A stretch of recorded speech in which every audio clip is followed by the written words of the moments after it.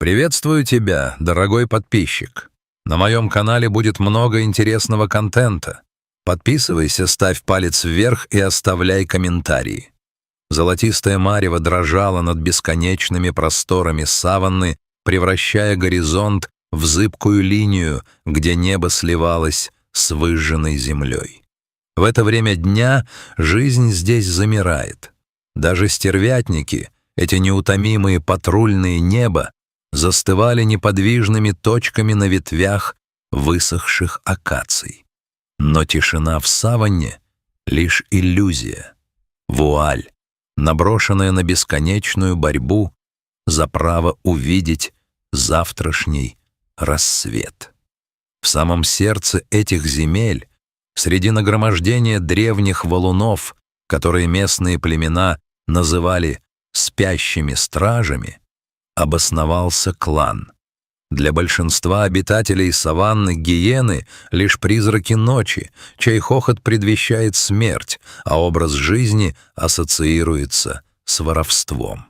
Но человек по имени Элиас, ученый, проживший в палатке неподалеку более полугода, начинал видеть иную картину. Он видел сложную социальную иерархию, нежность матерей и строгое послушание воинов. Во главе клана стояла Лира, старая самка, чья шкура была испещрена шрамами, словно карта прошлых сражений. Она была не просто вожаком, она была волей и разумом 30 сородичей. Лира знала секреты этой земли, где найти скрытые подземные источники в самый засушливый август и под каким углом атаковать стадо зебр, чтобы не попасть под сокрушительный удар копыт. Ее власть держалась не только на силе челюстей, но и на абсолютном доверии стаи.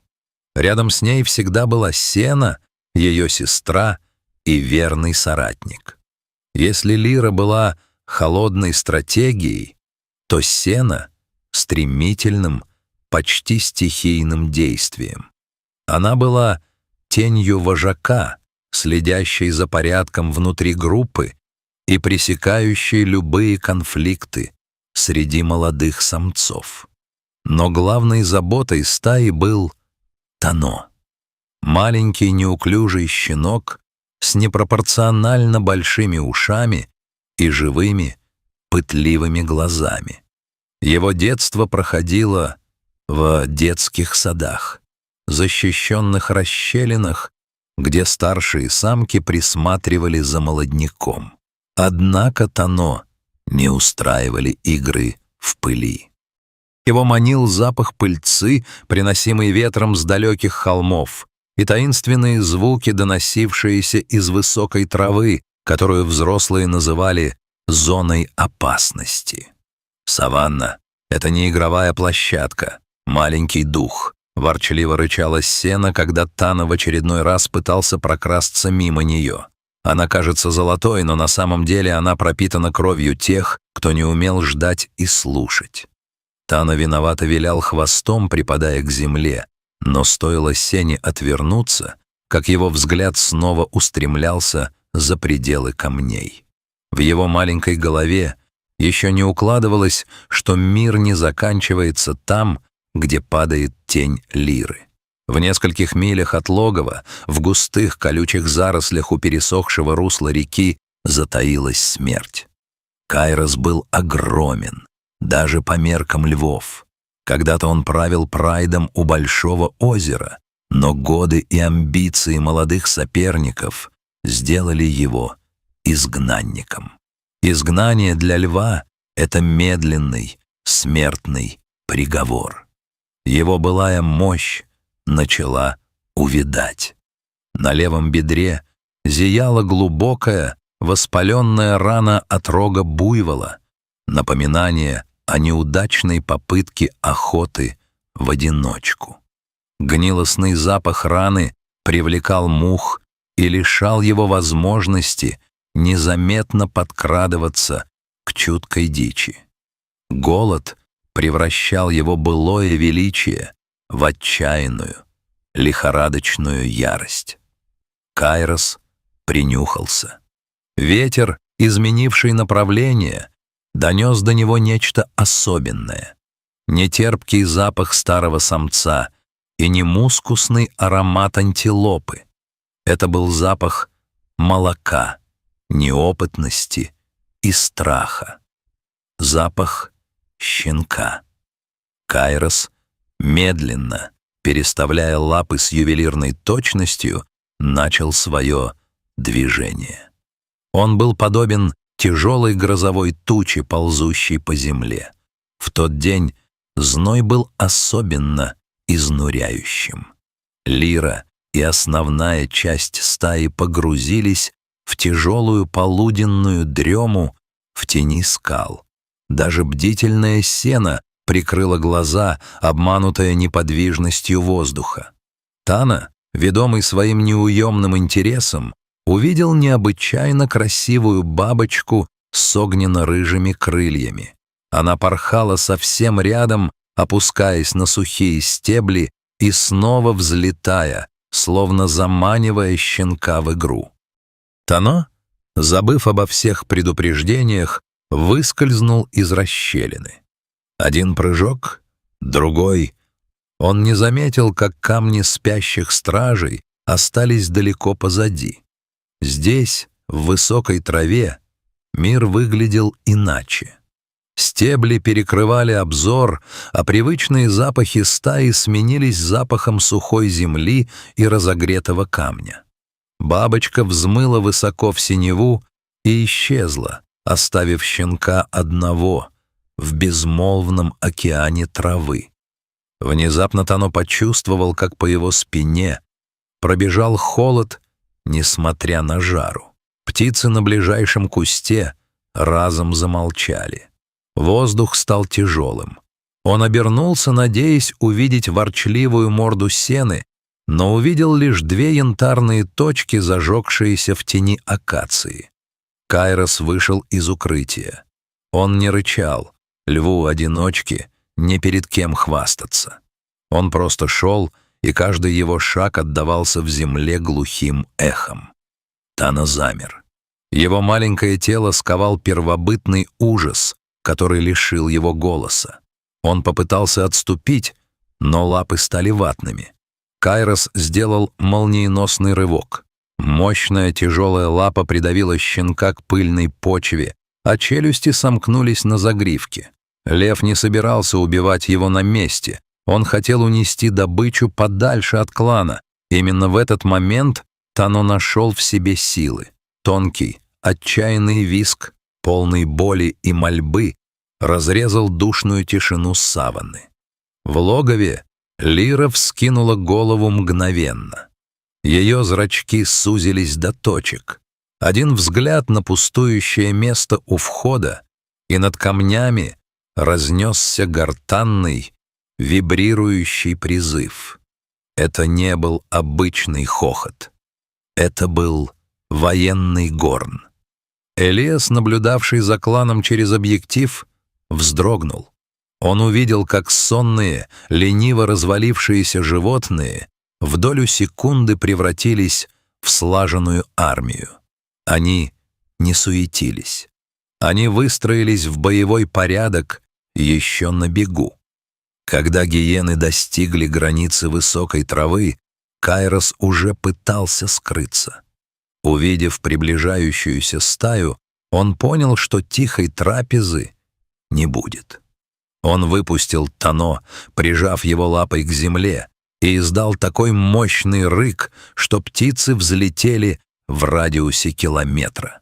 Любое другое животное повернуло бы назад, столкнувшись с яростью короля.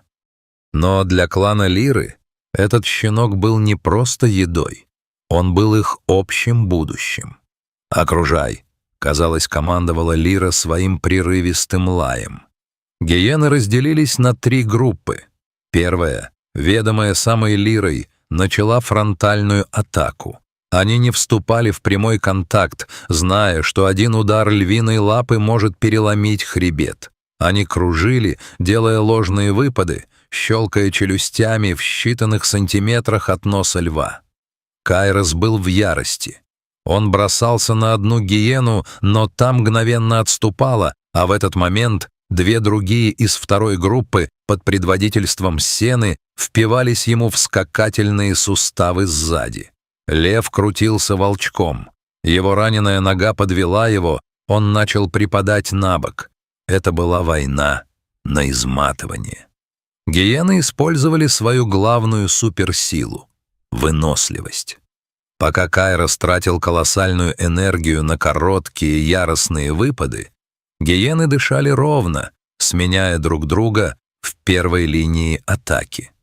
В разгар схватки, когда Лира приняла на себя самый опасный удар льва, едва успев увернуться от когтей, Сена увидела брешь.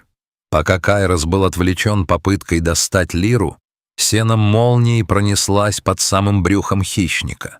Рискуя жизнью, она схватила окровавленного Тана за загривок и одним мощным рывком вытащила его из зоны смерти, оттаскивая в сторону защитного кольца третьей группы гиен. Поняв, что добыча потеряна, а силы на исходе, Кайрос издал последний, полный бессильной злобы рык. Его бока тяжело вздымались, из многочисленных мелких укусов сочилась кровь.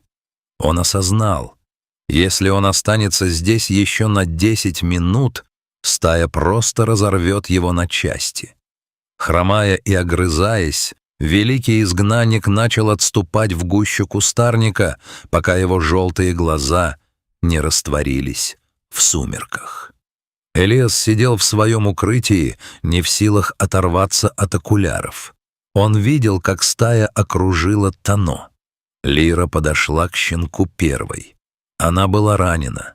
Когти льва задели ее плечо, оставив глубокие борозды. Но она не выказывала боли.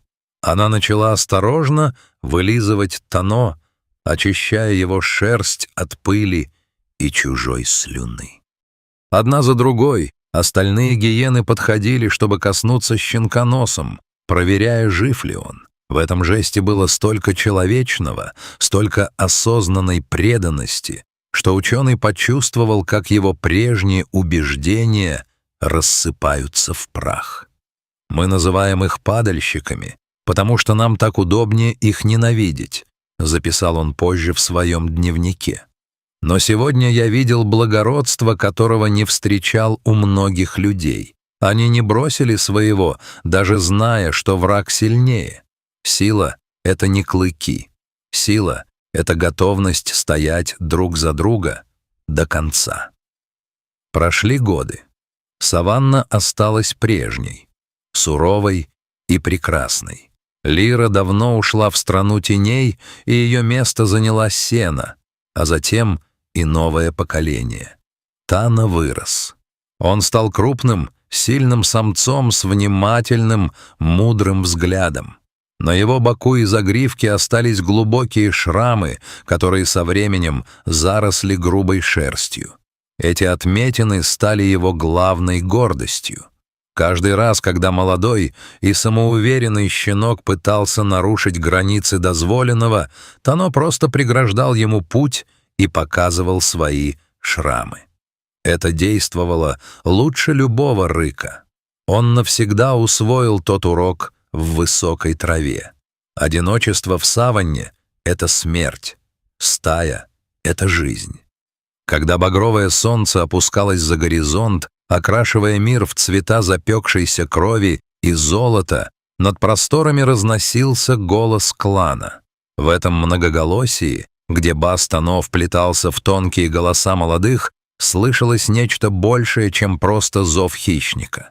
Это была песня победителей, песня тех, кто знает, пока мы вместе, саванна принадлежит нам. И каждый раз, когда в ночи вспыхивали десятки пар зеленых глаз, мир знал, это не просто животные, это семья, спаянная кровью и верностью, которую не под силу сломить даже королю.